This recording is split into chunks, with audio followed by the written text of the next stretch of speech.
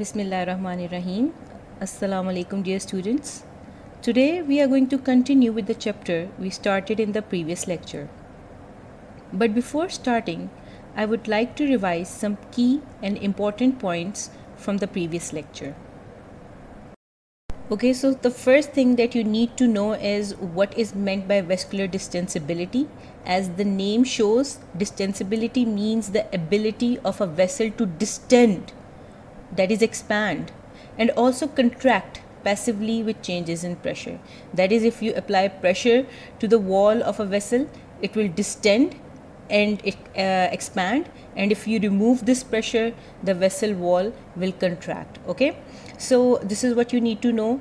And another thing that you need to know about vascular distensibility is that both arteries and veins are distensible, but veins are more distensible than arteries. The reason for this is that veins do not have as much elastic tissue in them as arteries do, so it is easier to distend or stretch veins as compared to the arteries. Another definition that you need to know is what is meant by vascular compliance or capacitance. It is the total quantity of blood that can be stored within a part of a circulation. Okay, so you need to know that where distensibility means the ability of a vessel to stretch, compliance means the ability of a vessel to hold volume. ठीक है, सो आपको इन दोनों का difference पता होना चाहिए और आपको इन दोनों का फॉर्मूला पता होना चाहिए. Secondly, what you must know is that vascular compliance is of two types, early compliance and delayed compliance. दोनों डिफरेंट हैं, दोनों एक दूसरे के ऑपोजिट हैं. Early compliance is due to the ability of a vessel to recoil. It can be seen in the aorta that when blood is pumped into the aorta during systole, it stretches and holds that large amount of blood within itself, and during diastole, aorta recoils and pushes this blood forward. This is known as early compliance, and this is due to the ability of aorta to recoil, and it is due to the elasticity of aorta. As opposed by early compliance, there is another type of compliance which is known as delayed compliance. The difference between early compliance and delayed compliance is that in early compliance, the vessel wall is stretched for a small period of time. But if this stretch is prolonged for a longer period of time, the compliance which is going to result now is known as delayed compliance. In early compliance, the vessel contracted after the stretch. In delayed compliance, the vessel relaxes due to prolonged stress. Do you understand? The example for this was that if you inject a large volume of blood within a blood vessel which is tied at both ends, immediately after you apply this large volume of blood into this vessel wall, the pressure in the vessel wall will increase. But after some time, when the vessel wall realizes that this stress is going to stay here, it is not going to go away, then the vessel wall will react by delayed compliance. What is this? That it will relax around that increased volume of blood. क्या होगा कि जब आप initially एक large amount of एक large volume of blood inject करेंगे एक vessel wall के अंदर जो कि दोनों end से बंद है, तो एकदम से उसके अंदर pressure बढ़ेगा. लेकिन अगर ये वॉल्यूम इसके अंदर ही रहे, सस्टेन रहे और मूव आउट ना करे, तो इस प्रोलॉन्ग स्ट्रेस की वजह से अब ब्लड वेसल्स के स्मूथ मसल्स रिलैक्स होंगे और इसी वॉल्यूम को एकोमोडेट करेंगे, लेकिन कम प्रेशर पर आकर. This is known as delayed delayed compliance. The mechanism of this delayed stress is that when the smooth muscles which make up the vessel wall, whenever they are faced by prolonged stretch, what they do is they relax and lengthen, and they rearrange their cross bridges between myosin and actin so as to maintain the same volume within the vessel wall but at lower pressures. So they creep and they elongate and they try to accommodate the same volume of blood but at reduced pressures, almost close to normal. Also, you need to know what is inverse stress relaxation. Inverse stress relaxation is another type of delayed compliance, and it is just like stress relaxation but in opposite direction. What happens is, if you remove a large volume of blood from a closed blood vessel, suddenly the pressure within the vessel will decrease because of the reduced volume of blood, but after some time the smooth muscles in the vessel wall will contract around the amount of blood which is now remaining in the blood vessel and try to maintain the flow by increasing the pressure almost towards normal. So it is just like stress relaxation but in opposite direction. So you need to know what is stress relaxation, what is inverse stress relaxation, in under which conditions both of these take place, what is the advantage of stress relaxation and inverse stress relaxation, and also what is the mechanism behind these types of compliance. And for better understanding, you can also refer to my previous lecture. Also, what you need to know from the previous topic is that what is the arterial pulse, how do you draw an arterial pulse. Basically, arterial pulse is the pressure pulse or pressure wave which is transmitted from aorta to peripheral arteries, and it has two limbs which show the systolic rise in the blood pressure and the diastolic fall in the blood pressure. The highest point is in a normal healthy person is 120 millimeter mercury, while the lowest diastolic blood pressure in a normal healthy person is 80 millimeter mercury. And the difference between systolic blood pressure and diastolic blood pressure is known as pulse pressure, and it is calculated by subtracting diastolic blood pressure from systolic blood pressure. And you need to know what the graph looks like, and you need to know that there is an incisura or dip or dicrotic notch which is present within the graph. And what this signifies the exact moment when during isovolumetric relaxation the aortic valve closes and the blood accumulates in the first part of the aorta, and there is increased pressure in the first part of aorta, and after some time aorta recoils and sends this blood to the peripheral arteries, and the pressure starts to fall back to 80 millimeter mercury. So if you are asked what is incisura, you will answer that it is a sudden dip or notch in the aortic pressure curve which is due to the sudden cessation of backward flow of blood from aorta into the ventricle because of the closure of aortic valve, and then there is a rise in the notch because of the pressure exerted by the blood on the aortic wall when it accumulates in the aorta, and after some time when the aorta recoils, the blood is pumped to the peripheral tissue, peripheral arteries, and the pressure starts to fall.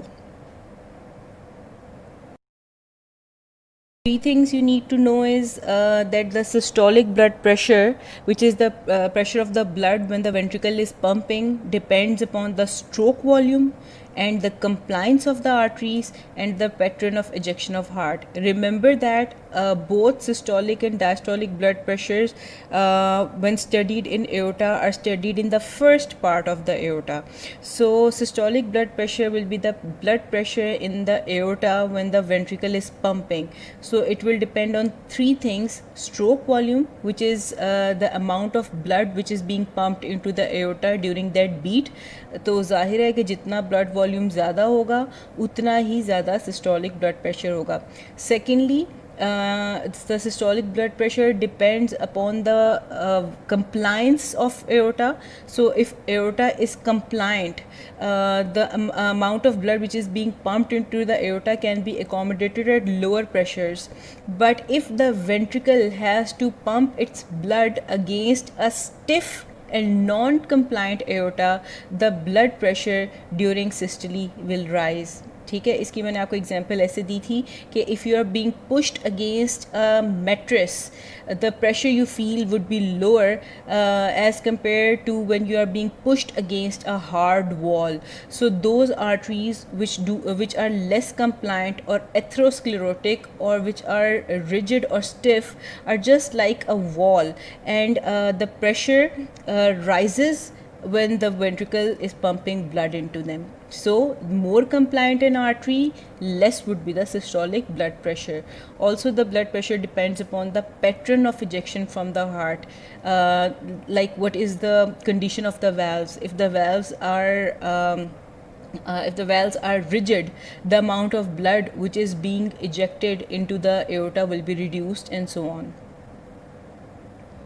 Secondly, what determines the diastolic blood pressure? Well, the only thing that determines the pressure of the blood when the ventricle is not pumping and the aorta is recoiling is the resistance of the arteries which are present distal to aorta. ठीक है, तो जब aortic valve बंद है, aorta recoil कर रहा है, तो उस टाइम पे एओर्टा के अंदर ब्लड का प्रेशर किस चीज़ से डिटर्मिन होगा कि ब्लड को आगे कितनी रेजिस्टेंस का सामना है. So the only determinant of diastolic blood pressure is the resistance in the peripheral vessels. So now, after a very quick revision and a review of our previous lecture, let's move on to the topic of our today's lecture, which is transmission of pressure pulse to the peripheral arteries. As we have already studied that what is pulse and how it is generated and what are its parts, that is the systolic and diastolic part, and what are the factors which affect the systolic and diastolic blood pressure. Now let us see how this pulse, which is generated in the aorta, is transmitted to all the peripheral arteries, such as your radial artery or your dorsalis pedis artery in your foot, where you can easily palpate them. Firstly, you must remember that the heart contracts during systole and pumps its blood into aorta. This causes the distension of aorta. During diastole, these distended walls of aorta recoil and push the blood to the peripheral arteries. This wave of distension and contraction travels along the walls of aorta to the walls of peripheral arteries, and it is this distension and contraction which you can feel when you palpate any peripheral artery. Now, if we have a look at the speed of transmission of this wave or pressure pulse within the walls of different vessels, you will come to know that the speed of this pressure transmission is the slowest in aorta, and it is the fastest in small arteries and arterioles. The reason for this is that the walls of aorta are very much compliant, so the speed here is slow, whereas the walls of arterioles are less compliant and comparatively more rigid as compared to the aorta, so the speed in these vessels is very high. What happens to the pressure pulse as it travels through the arterial tree? As the pulse moves from aorta towards smaller arteries, you will realize that it starts to dampen or diminish or reduce. You can do a simple experiment to understand this point. You can first palpate a large artery present within your neck, such as your carotid artery, and then try to palpate your radial artery. You will realize that there is a difference between the pressures of both these arteries. What happens is that as the pressure pulse moves from aorta towards smaller arteries and arterioles, it starts to dampen or reduce or diminish in magnitude. You can also see from this graph that the magnitude of the pulsation is greatest within the proximal part of the aorta. But as you start to move along the arterial tree, as you move downward towards smaller and less compliant vessels, the magnitude of the wave of pressure pulse starts to fall, and by the time you reach the capillaries, you will see that there is no pulsatile flow within the capillaries. So always remember that within a healthy person, there is no pulsatile blood flow in the capillaries. The pulsatile blood flow within capillaries is only present in diseased conditions such as aortic regurgitation and so on. So ये बात आपने याद रखनी है कि जूं pressure pulse बड़ी arteries से छोटी आर्टरीज और कैपिलरी तक मूव करती है, तब तक वो इतनी डैम्पन हो जाती है कि कैपिलरी तक पहुंचते पहुंचते उसके अंदर पल्स की जो फॉर्मेशन है या मैग्नीट्यूड वो नहीं रहता और एक कंटिन्यूस फ्लो होता है, और इसलिए कैपिलरीज के अंदर आपको पल्सटाइल फ्लो नहीं, कंटिन्यूस ब्लड फ्लो मिलता है. What happens to the pressure pulse as it travels through the arterial tree? As the pulse moves from aorta towards smaller arteries, you will realize that it starts to dampen or diminish or reduce. You can do a simple experiment to understand this point. You can first palpate a large artery present within your neck, such as your carotid artery, and then try to palpate your radial artery. You will realize that there is a difference between the pressures of both these arteries. What happens is that as the pressure pulse moves from aorta towards smaller arteries and arterioles, it starts to dampen or reduce or diminish in magnitude.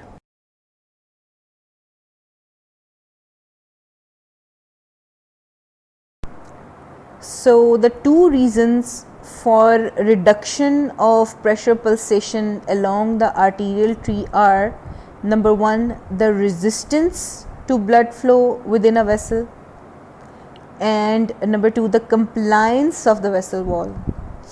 So let us first study the role of resistance in dampening the pressure pulsation. If the resistance of a vessel wall is high, it would be difficult to distend this vessel wall and propagate the pulsation along its wall. तो होता क्या है कि जिस vessel के अंदर resistance ज़्यादा होती है उसमें वेव को प्रोपगेट करना मुश्किल होता है, और जो रेजिस्टेंस बढ़ती जाती है वेव जो है वो रिड्यूस होती जाती है प्रेशर पल्स की. And as you know that the resistance is highest within the arterioles, so when the pressure wave reaches the arterioles, it starts to die off, and when you reach the capillaries, there is no pressure pulsation and there is only continuous blood flow. As for compliance, the more compliant a vessel wall, the more difficult it is to raise the pressure of that vessel wall. So you will need more blood to distend a compliant vessel and stretch its wall and distend its wall to produce a pressure wave. So vessels which are more compliant are more difficult to distend or to raise pressure in, and that is why there is dampening of pressure pulse within compliant vessels. But इनमें से कोई एक factor नहीं है जो determine करेगा कि किस वेसल के अंदर कितनी जो है वो प्रेशर पल्सेशन होगी. It is the product of both resistance and compliance which will determine the pressure pulsation within that vessel. So the reduction or dampening of pulse pressure is directly proportional to resistance multiplied by compliance. So the reduction in pressure pulse is directly proportional to the product of resistance and compliance. Moving on, we come to another important formula or definition that you absolutely must know. This is mean arterial pressure. Please dear students, do not confuse it with pulse pressure.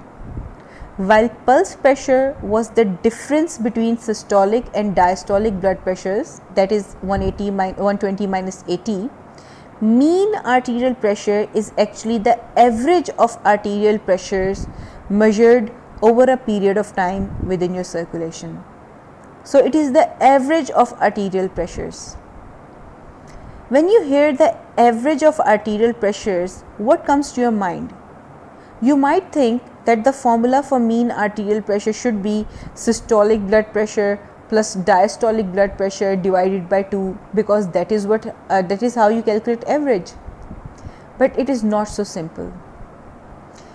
If you remember from your previous lectures on heart and cardiac cycle that the total duration of a cardiac cycle is 0.8 seconds. Out of this 0.8 seconds, 0.5 seconds comprise of diastole or ventricular relaxation, and 0.3 seconds make up systole, ventricular contraction.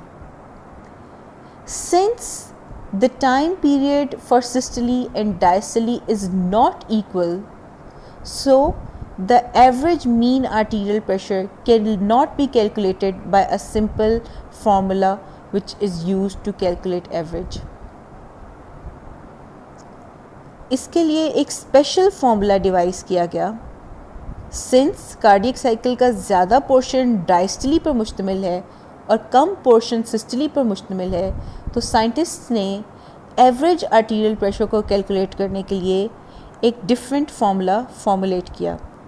The formula is as follows: mean arterial pressure is equal to diastolic blood pressure plus 1/3 of pulse pressure.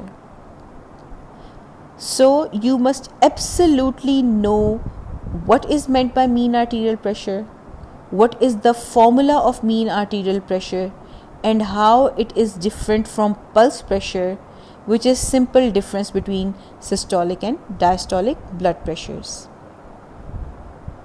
So in this next section, we are going to study how to measure the systolic and diastolic blood pressure of a person. So it is going to be a very brief review because you are going to study in detail how to study the systolic and diastolic blood pressure, how to calculate it, how to measure it on a person. You're going to do it in your practical classes and you're going to do it hands-on. But right now I would like to give you a very brief review as to how this works and what are the characteristics of the sounds which you are going to hear, or how you are going to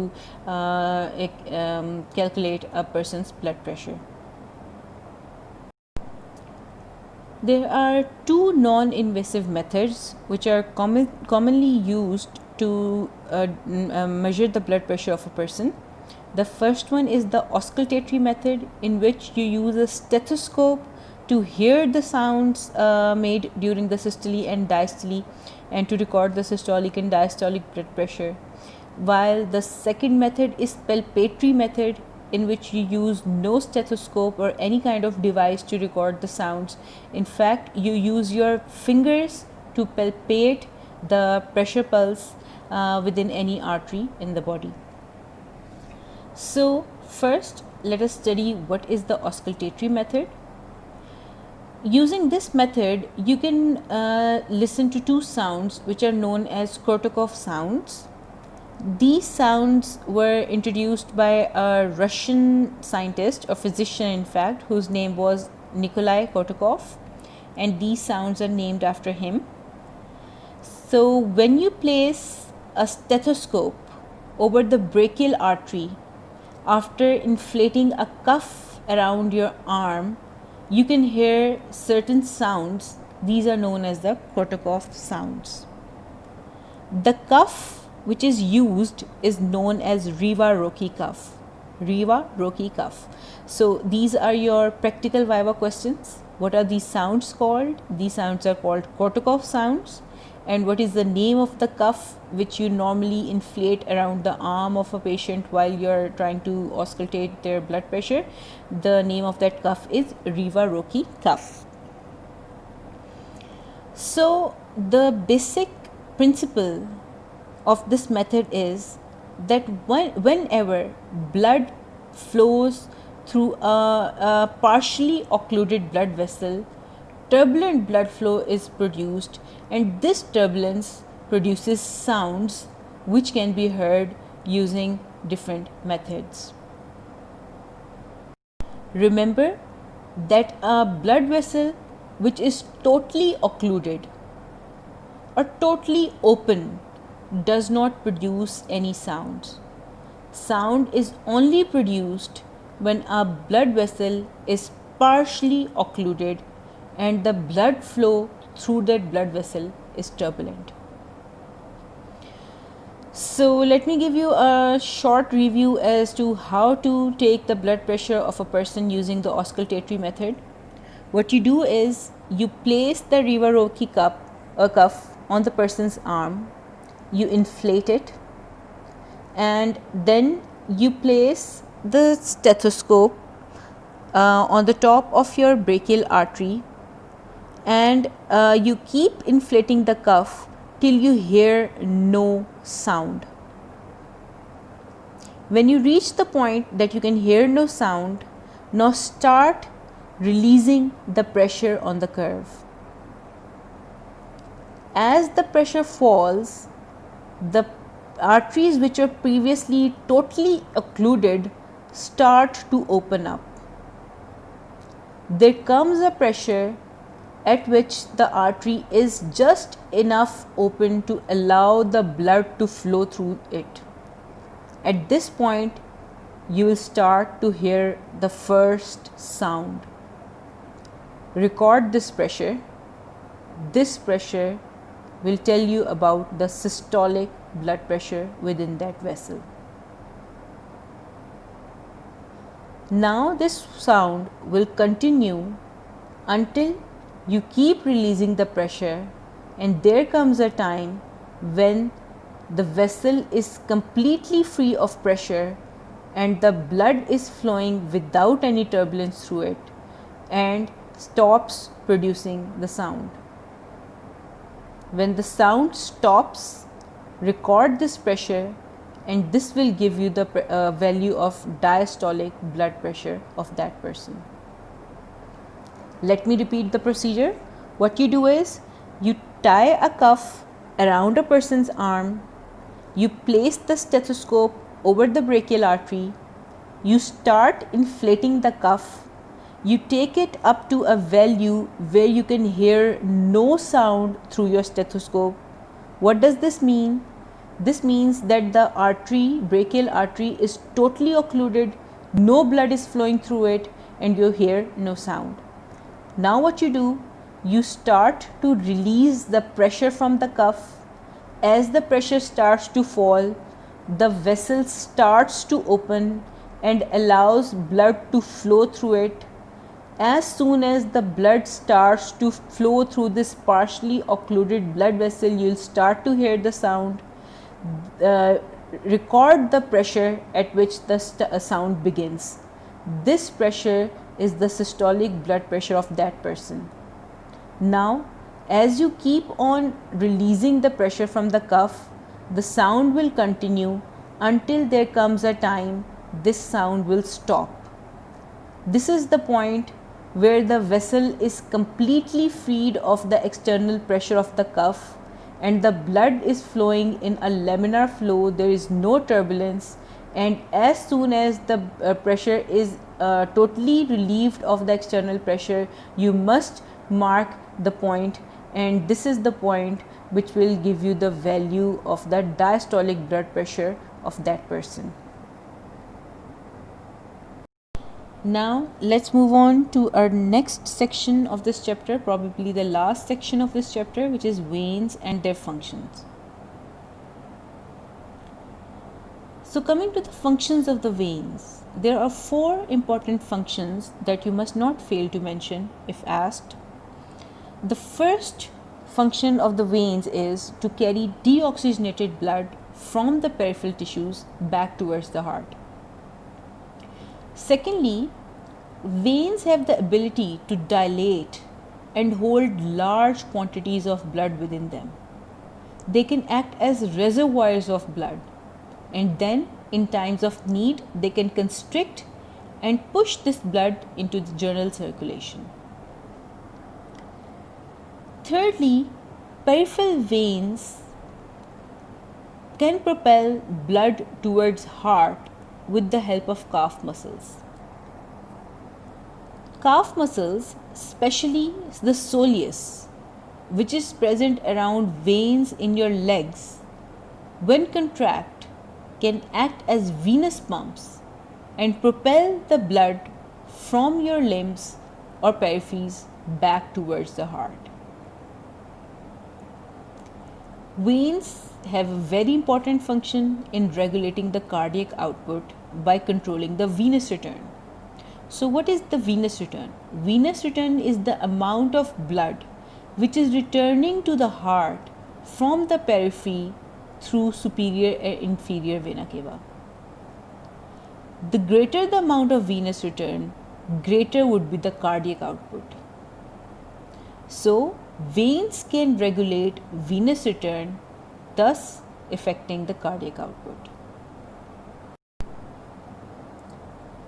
There are 2 types of pressures within the venous system.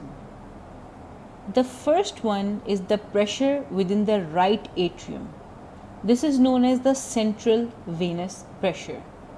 Since all of your veins drain into the superior and inferior vena cava, which ultimately drain into the right atrium, so the center of your venous system is your right atrium, and the pressure within the right atrium is known as the central venous pressure, or CVP. Normally in a healthy person, the value of right atrial pressure or central venous pressure is 0 millimeter mercury. The central venous pressure is regulated by the ability of the right heart to pump blood out of the right atrium into the lungs and not letting it pool in the right atrium. If the right atrium or right ventricle fail to pump the blood forward into the lungs, the blood would start pooling in the right atrium and raise the pressure from 0 millimeter mercury to positive values such as +1, +2 or +3 millimeter mercury, and so on. The second factor which regulates the right atrial pressure or central venous pressure is the venous return.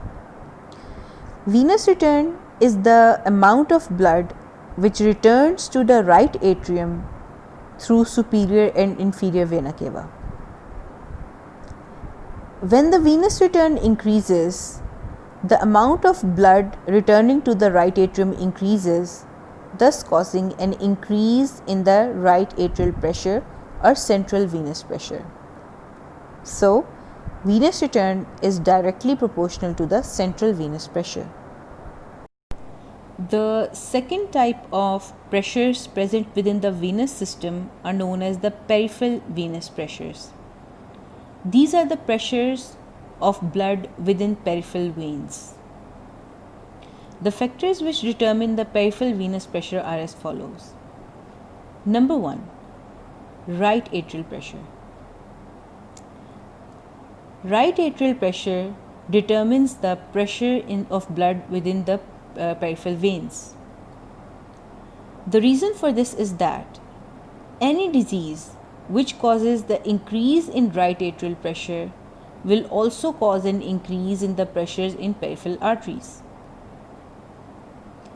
जब भी right heart failure होता है या right ventricular failure होता है, the right ventricle fails to pump the blood into the lungs and the blood starts to accumulate into the right atrium. This blood which accumulates into the right atrium causes the normal right atrial pressure to increase from 0 millimeter mercury to higher positive values. अब होगा क्या कि जो venous return peripheral veins में से blood को लेकर superior और इन्फीरियर वेना केवा के थ्रू राइट एट्रियम में आ रहा है, अब उसको ज़्यादा प्रेशर्स का सामना करना पड़ेगा as oppose to the normal 0 millimeter mercury. Since venous return has to face higher resistance, less blood will enter into the right atrium and would be backlogged into peripheral veins, thus increasing the pressure within the peripheral veins.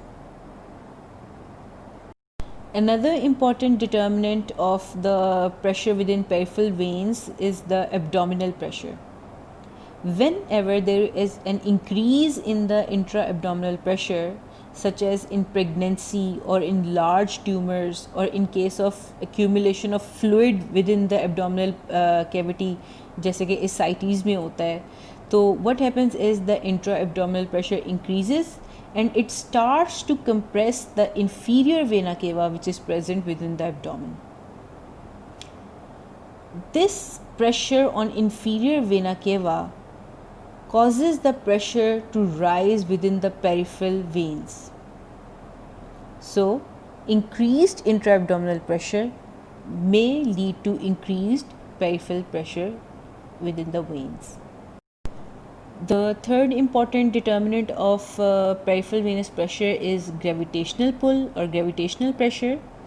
So if you keep on standing for very long periods of time, the pressure within your feet can rise as high as 90 millimeter of mercury. So gravitational pressure has an important role in determining your peripheral venous pressure. Lastly, compression from outside can also raise pressure within your peripheral veins. An example is tight stockings. If you wear tight socks or stockings, at the end of the day when you remove these socks, you will see that your feet are swollen and the veins are engorged. So any compression from outside can also increase peripheral venous pressure.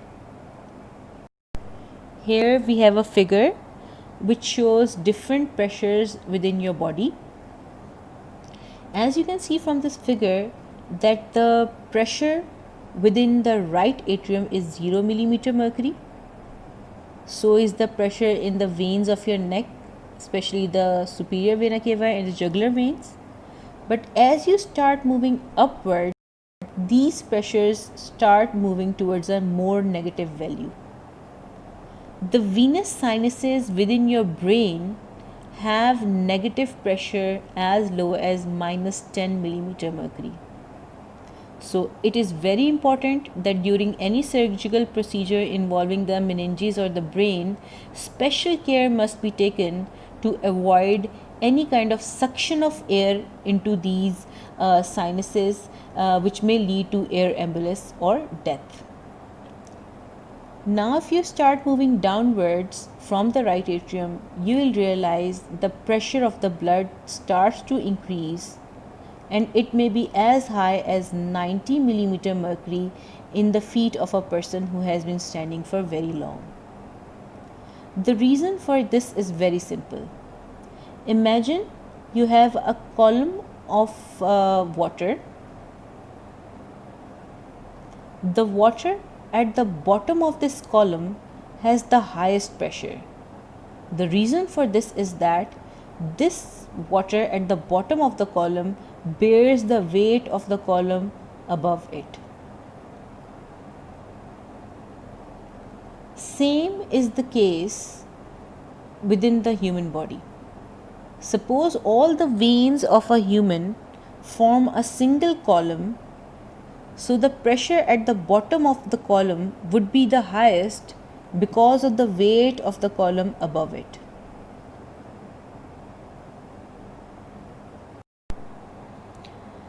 Now let us study the venous valves and their functions. Veins have valves which allow only unidirectional flow of blood. Arteries do not have valves. As you can see from this figure, that there are these leaflet-like projections present within the walls of a vein. The direction of these panes is so that it allows only unidirectional flow of blood. When the blood is flowing from the feet towards the heart, these valves open. But when the blood tries to flow in the opposite direction, these valves close.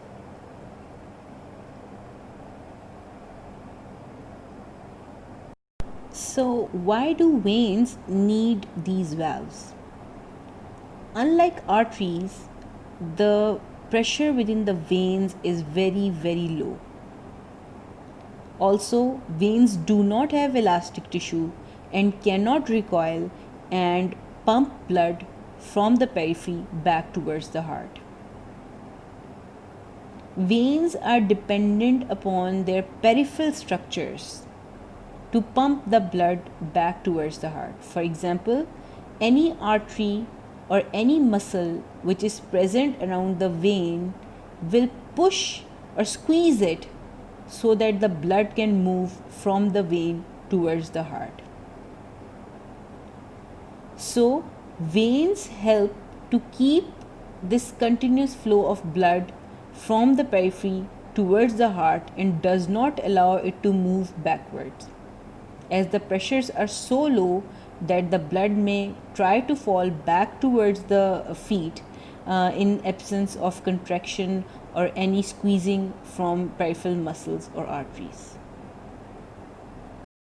So, when the calf muscles are contracted, the blood in the legs is squeezed towards the heart, and the valves, they help this blood to move in one direction, that is towards the heart, and these valves do not allow the column of blood to drop back towards the feet once the muscles have relaxed. So these calf muscles are known as venous pumps or peripheral heart. As you can see in this figure, that when the calf muscles contract, they squeeze the veins present between them and they push the blood from the periphery towards the heart. So now when these muscles relax, we do not want the blood to move back towards the feet. This is stopped by the valves, which allow only unidirectional flow of blood and does not allow the blood to fall back when the muscles stop to squeeze. The same phenomena can be seen in this figure. You can see that the column of blood is being continuously pushed forward and not allowed to move back towards the feet. So, what is the function of this venous pump or the peripheral heart or these muscles which are present in your legs around your veins? First of all, they help in venous return. By squeezing these muscles, they push the blood in the veins back towards the heart. And secondly, they reduce the pressure in your feet from 90 millimeter mercury to around 25 millimeter mercury. If you do not squeeze your calf muscles or contract your calf muscles and keep standing on your feet for long periods of time, the pressure in your feet may rise as high as 90 millimeter mercury. But if you start to walk around and move, the muscles of your leg, especially your calf muscles, would contract and push the blood from your legs back towards your heart and reduce the pressure in your feet from 90 millimeter mercury to 25 millimeter mercury. Now let us study an abnormality of the veins which is known as varicose veins. Whenever the venous valves become incompetent and unable to close properly, this diseased condition is known as varicose veins. So what happens? That if you keep on standing for prolonged periods of time or due to some other pathologies, your veins are dilated, the veins or the valves within your veins cannot close properly. Now these veins cannot maintain a unidirectional flow of blood, and the blood starts to pool within these veins and make these veins and their valves tortuous and bulbous, and they appear on your skin like blue protrusions or bulbous protrusions, and this is known as varicose veins.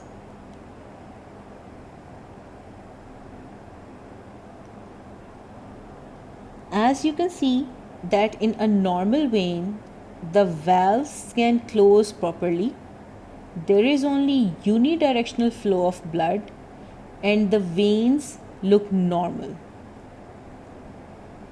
But in a person with varicose veins, the veins are dilated, the valves do not close properly, there is multi-directional flow of blood, the blood is flowing upwards and backwards, which causes dilation of the veins, and these dilated veins can be seen on the surface of the leg in form of bulbous protrusions.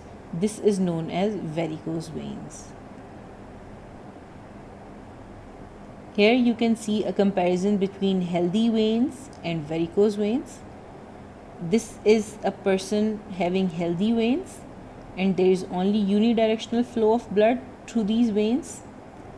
But in persons suffering from varicose veins, the veins are dilated, the valves do not close, and there is two directional flow of blood, which further causes dilation of the veins, and the condition of the person worsens. ये जो varicose veins disease है, it is very common in people who work while standing, such as people who iron clothes or wash them.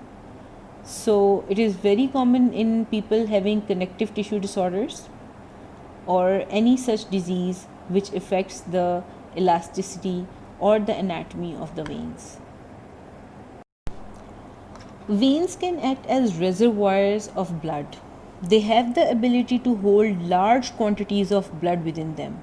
As you already know that 64% of your blood is accumulated within your veins at any time in your circulatory tree.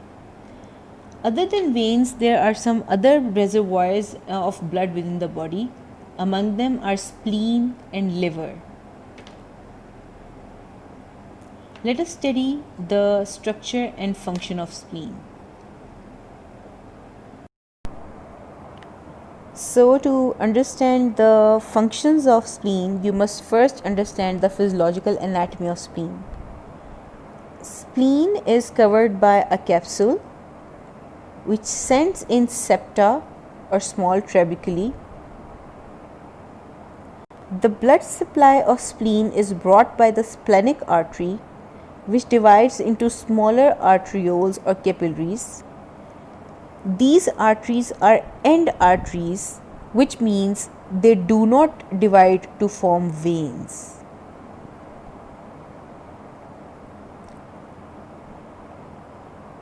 The splenic vein divides into smaller venules and sinusoids. Sinusoids are dilated venules.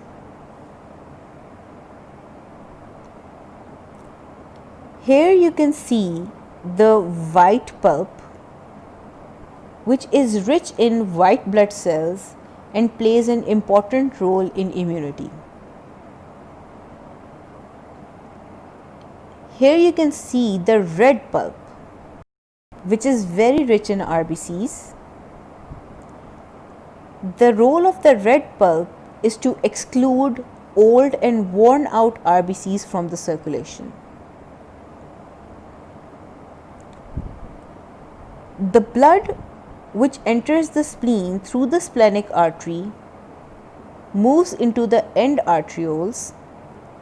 These end arterioles are very leaky and allow RBCs to move into the red pulp.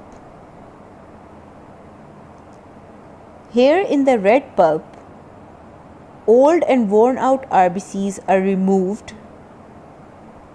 and the iron is removed from the hemoglobin and stored to be reused in making of new RBCs.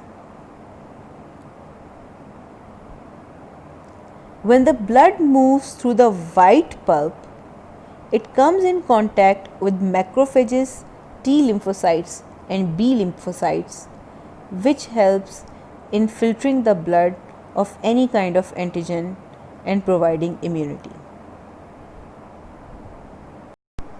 Now let us study the functions of spleen.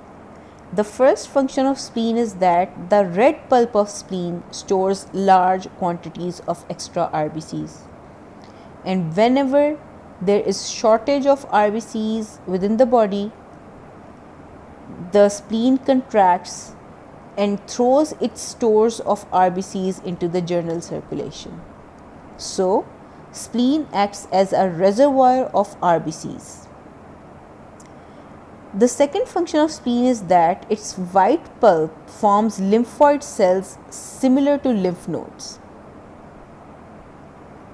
Here, large numbers of T lymphocytes and B lymphocytes are present, and they provide immunity to the body. The third function of spleen is that old and fragile RBCs, when they move through the splenic pulp, are destroyed and removed from the circulation. The fourth important function of spleen is that the reticuloendothelial cells are present within the spleen, and they phagocytose old RBCs and debris and bacteria which gain access into the circulation.